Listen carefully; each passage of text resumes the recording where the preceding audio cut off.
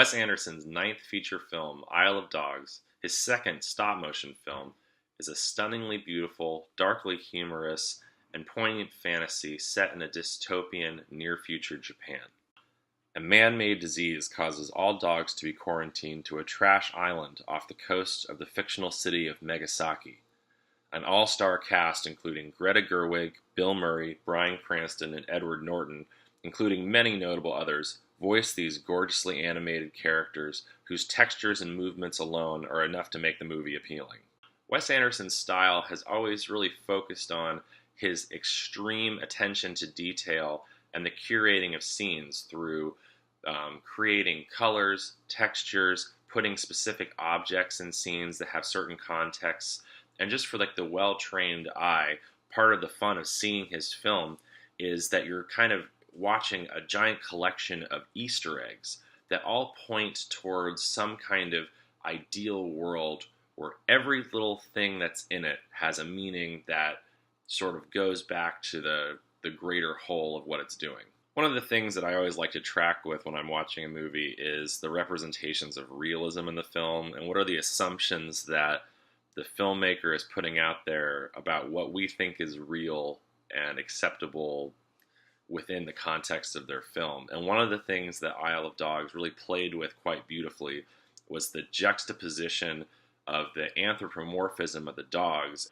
There are so many moments in the film where people require translators, and there's all of these real-world obstacles like needing translators or needing to use different technologies that are preventing people from completing what they need to do. And that is sort of put up against this totally, unrealistic fantasy element of the dogs talking. And there's something just really humorous to me about the decision to have these anthropomorphized dogs in this world that Wes Anderson's created where people are constantly requiring language translators. The Fantastic Mr. Fox's overarching metaphor was about sort of rising above your primitive nature, or at least recognizing your primitive nature so you can work with it.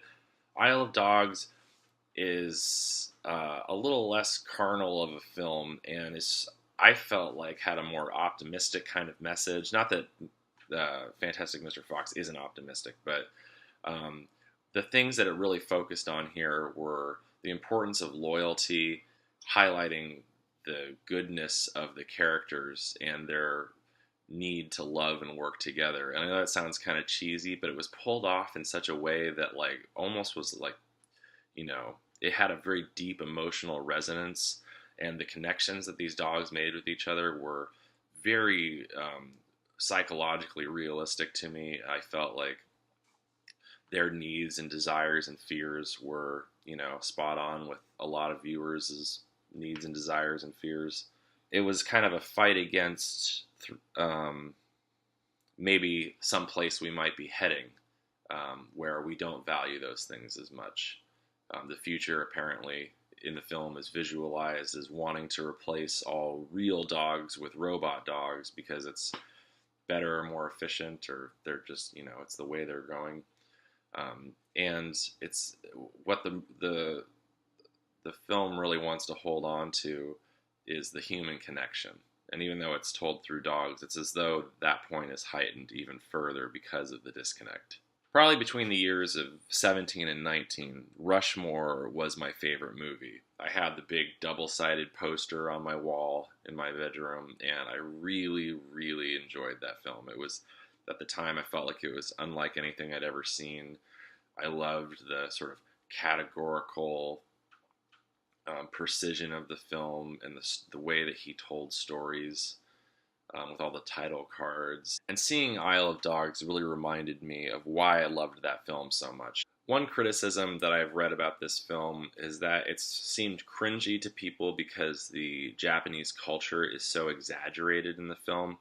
And yes, it totally is exaggerated. There's no way to argue against that. It's a cartoonish version of Japan, but it's also totally a loving tribute to Japan. One critic noted that in Darjeeling Limited, and I'm paraphrasing, that it felt as though, you know, Wes Anderson pulled together a few art house films that everyone knows from India and a couple other elements, and we're like, this is India. And yeah, I don't disagree with that.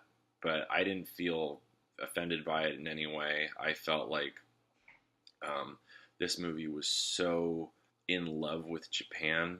For every wasabi joke or megasaki or word like that that was deliberately like very Japanese sounding in a humorous sort of way, there was also tons of visual and auditory homages to like everything Japanese cinema. The way the shots were framed, the scores, um, the behavior of some of the characters. I just was, I it did not feel disrespectful to me, and I wouldn't want anyone to be offended by the film, and I hope that and no one is. But I felt like it was just a total like loving tribute to Japan, and not to mention the more popular aspects of Japanese culture lend themselves so well to Wes Anderson's aesthetic. He has such order and presentation and attention to detail, and I would hope that those aren't considered racist to say about Japanese culture, but I feel like those parallel each other quite well, and I thought that they were just made to be together. Japanese culture and Wes Anderson films are, you know, a great combo, and I hope that he does something in Japan in the future. So I'm going to give this movie a 95 out of 100. I really enjoyed it. I was just smiling, you know, ear to ear from the moment it started to the moment it ended. You know, everyone left with their tail wagging. So it was a treat. It resonated on so many levels. You could be a kid and watch that movie, and I think that would be a really powerful, dark but powerful kids movie, sort of on the level of something like Brave Little Toaster.